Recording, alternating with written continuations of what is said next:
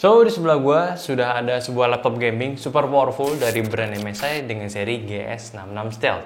Laptop ini mungkin menjadi salah satu impian para gamer di luar sana. Gak heran, ini memiliki performa yang mantap banget buat main game, creating sesuatu, dan banyak tugas-tugas lainnya yang memerlukan komputasi yang tinggi. Tapi satu hal yang gua suka, yaitu sesuai dengan namanya, desainnya pun sangat-sangat stealth. Jadi buat kalian mau beli laptopnya, mending bumper dulu.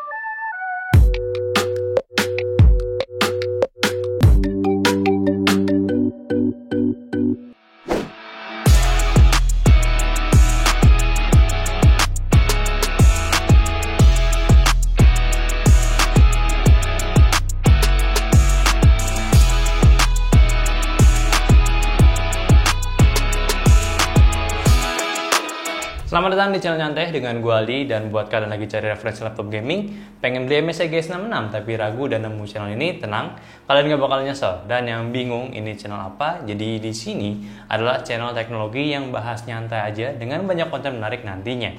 Ada laptop, PC, gadget, dan gear gaming pun sering kami bahas. So, tunggu apa lagi? Subscribe aja dulu yang belum, dan join juga Discord kita, linknya di deskripsi buat ngobrol bareng teman-teman subscriber nyantai juga, agar bisa sharing informasi, rekomendasi, dan ngobrolin produktif lainnya, oke? Jadi MSI GS66 Stealth sudah beberapa waktu lalu dirilis dengan desainnya kali ini cukup ganteng dari segala sisi. Dan di video kali ini gue akan bahas lebih tentang desainnya, airflow, dan mungkin fitur-fitur MSI yang cukup komplit untuk sebuah notebook gaming premium. Kita bahas dulu untuk harganya. Gue tahu sedikit klise ini memang dengan harga yang cukup tinggi, tapi kalian pantas tahu sih. Jadi GS66 Stealth ini hadir dengan 4 pilihan SKU, 3 jenis RTX laptop GPU, dan satu lagi dengan CPU tertingginya di i9.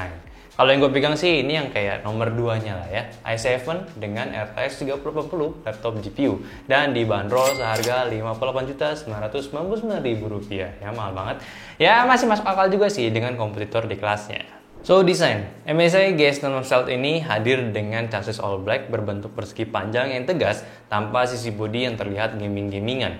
Gue setuju dengan desain stealthy minimalis pada laptop ini, dan logo gaming yang biasa agak ganggu minimalisan laptop pun sekarang hadir dengan warna hitam, gak merah lagi, sehingga gak memberikan kontras gaming heboh pada laptop ini. Tapi sayangnya bodinya ini cukup fingerprint magnet banget.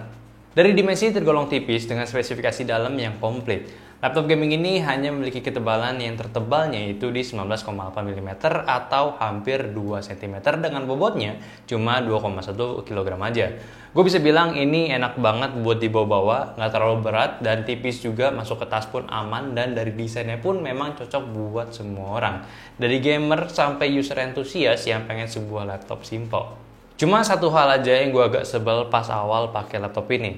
Gue tuh nggak terbiasa dengan bentukan posisi portnya sama airflow-nya. Ya lebih ke airflow-nya sih yang bagian sampingnya. Gue agak kegok karena bentuk airflow-nya itu dibuat lubang kotak-kotak yang serupa kayak port USB. Jadi awalnya kalau di tempatnya agak gelap gitu, gue mainin laptopnya, gue colok USB nggak masuk-masuk, ternyata yang gue colok itu ke lubang airflow-nya. Untungnya tuh gue nggak paksa, kalau gue paksa ya lumayan 60 juta melayang cuy. Tapi soal port di laptop ini cukup komplit. Kanannya ada Ethernet port, USB-C 3.2 Gen 2, 2 USB-A 3.2 Gen 2, dan audio combo jack. Lalu di kiri terdapat DC port, HDMI, USB-A 3.2 Gen 2 lagi, dan satu USB-C 3.2 Gen 2 yang sudah mendukung protokol Thunderbolt 3. So, kalian bisa hubungkan lebih dari satu monitor tambahan pakai laptop ini. Terus juga keyboard dengan layout minimalis tanpa numpadnya pun memiliki shortcut yang didesain khusus untuk menunjang pergamingan di laptop ini. Ada crosshair, jadi munculin crosshair layaknya di monitor gaming aja. Terus ada shortcut juga buat buka software MSI Dragon Center sama SteelSeries GG. Dan juga ada shortcut pengaturan fan-nya dengan cepat. Ya nggak terlalu banyak gimmick sih, palingan si crosshair-nya aja sih yang agak sedikit berlebihan di penggunaan gua. Emang siapa sih yang pakai fitur ini? Lanjut touchpad standaran aja, nggak ada yang spesial, paling ukurannya agak besar aja dan sedikit ganggu kalau gue main game tanpa keyboard tambahan, jadinya suka kesentuh sama telapak tangan gue, dan gue lebih sering nonaktifin sih kalau lagi main game. Lalu untuk speaker laptop samping ujung kiri kanannya ini sudah collab dengan Dynaudio dengan kualitas suara yang sudah lebih dari cukup untuk sebuah speaker laptop gaming.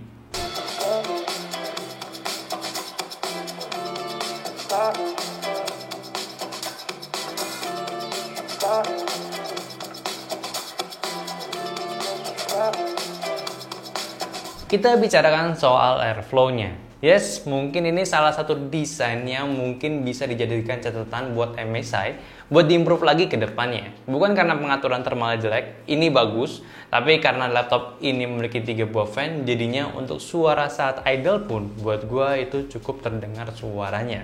Mereka menyebut sistem pendingin ini adalah Cooler Boost Trinity Plus. Cooler Boost adalah sistem pendinginnya mereka dari dulu yang terus diimprove, dan Trinity ini mungkin sebutan untuk 3 buah fan-nya.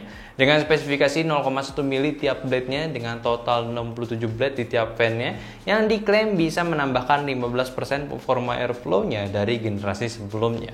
So, balik lagi, seberisik apa sih memang? Ya, nggak ganggu-ganggu banget sebenarnya. Nanti kalian juga bisa dengar sendiri. Namun, kalau di kondisi idle dan kita bandingin dengan laptop gaming lainnya, suara kipas ini cukup kerasa dan rasanya itu tuh laptopnya kayak lagi di kondisi yang panas. Padahal mah enggak.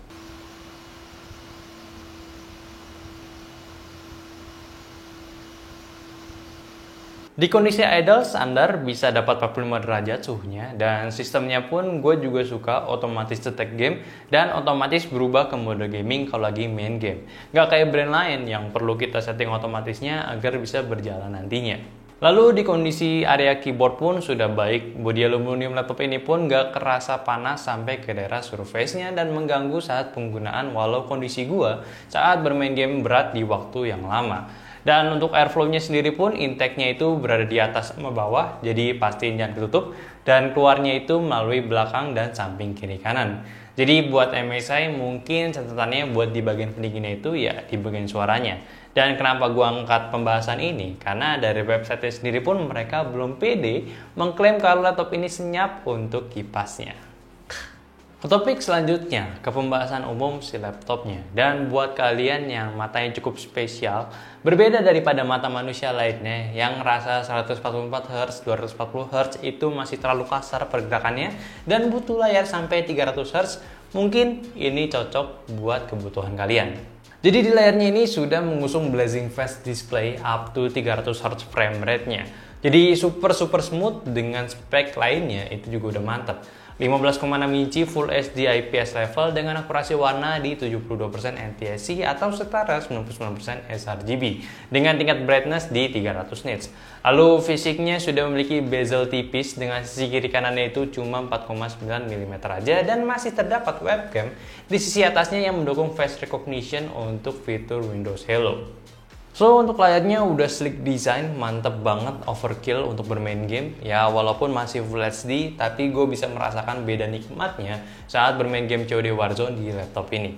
Hasilnya tuh mantep banget. Coba gamenya itu nggak berat-berat banget dan bisa nyentuh 300 FPS kayak CSGO contohnya. Gila sih experience-nya itu. Dapur pacu laptop ini mendapatkan spek Intel i7 Gen 10 10870H, 8 core 16 thread dengan base clock-nya 2,2 GHz yang up to max-nya di 5 GHz. Super ngebut dan disematkan pula dengan GPU Nvidia GeForce RTX 3080 laptop GPU.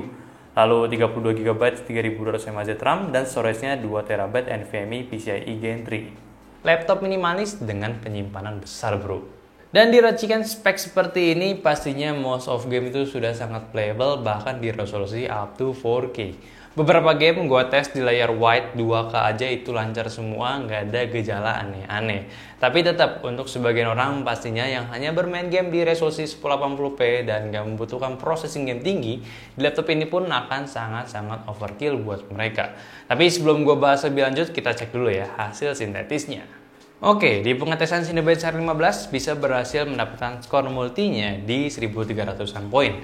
Cukup tinggi, lalu untuk Cinebenchmark 23 mendapatkan poin di 7400-an dengan singlenya di 1102 poin rata-ratanya. Lalu untuk 3D Mark mendapatkan skor tinggi untuk sekelas 3080 laptop GPU yaitu di angka 11 ribuan untuk First Select-nya, 8900 untuk Time Spy-nya, dan 5800 untuk Port Royal-nya. Sedangkan untuk PC Mark 10 itu berada di angka 5555 poin. Performa copy paste mungkin berada di level tinggi untuk ulasan PCIe Gen 3, yaitu mendapatkan poin 3400 Mbps untuk read-nya dan 2800 untuk write-nya.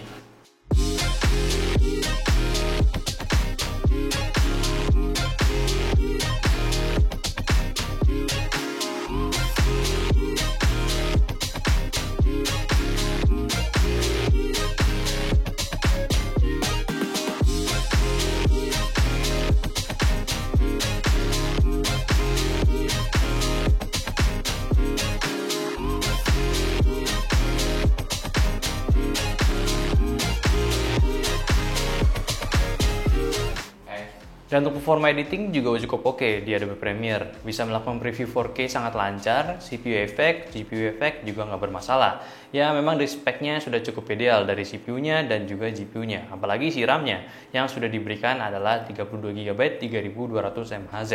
Lalu waktu render juga cukup singkat, rata di Full HD dan 4K. Waktu rendernya itu lebih cepat daripada durasi videonya sendiri.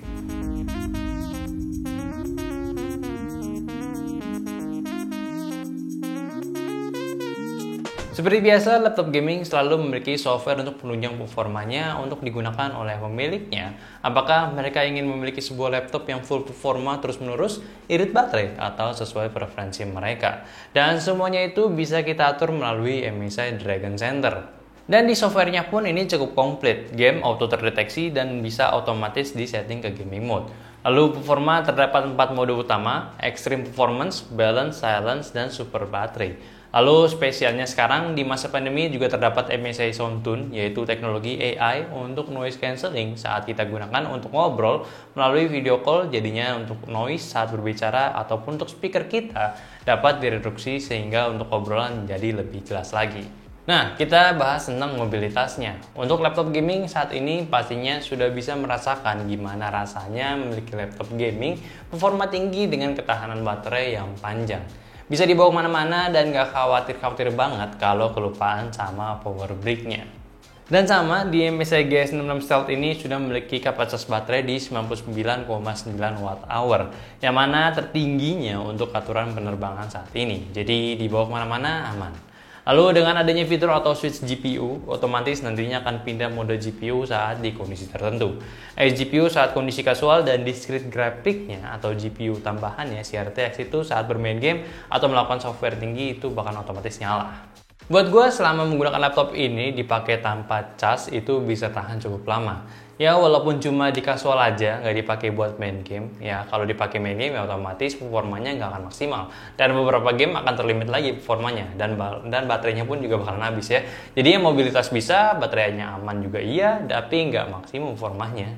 So tentang kesimpulan, buat gue laptop ini sudah pasti akan fit untuk di banyak orang yang memiliki budget dan kebutuhan yang pas tentunya.